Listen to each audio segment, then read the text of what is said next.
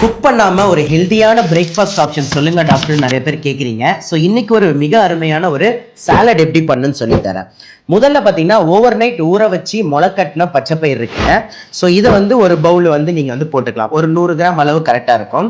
அதுக்கப்புறம் கொஞ்சம் வெள்ளரிக்காய். ஸோ இது சாலடுக்கு கிரன்ச்சியாக இருக்கும். அப்புறம் ஆனியன். ஸோ இதுவும் டேஸ்ட்டுக்கு தான். அடுத்து நீங்கள் டொமேட்டோ இது 3 போட்டுக்கலாங்க.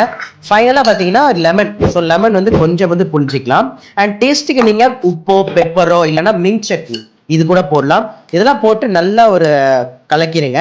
ஸோ கலெக்டிங்கன்னா உங்களுக்கு ஹெல்த்தியான பிரேக்ஃபாஸ்ட் ரெடி. ஸோ இது யாரெல்லாம் எடுத்துக்கலாம்னா ஹாஸ்டலில் இருக்கிறவங்க, டைம் இல்லைன்னு நினைக்கிறவங்க, இல்லை உங்களுக்கு ஒரு நோய் இருக்கலாம், வெயிட் லாஸ் பண்ணுறவங்க, டயபிட்டிஸ் பேஷண்ட், இது எல்லாமே இதை எடுத்துக்கலாம்.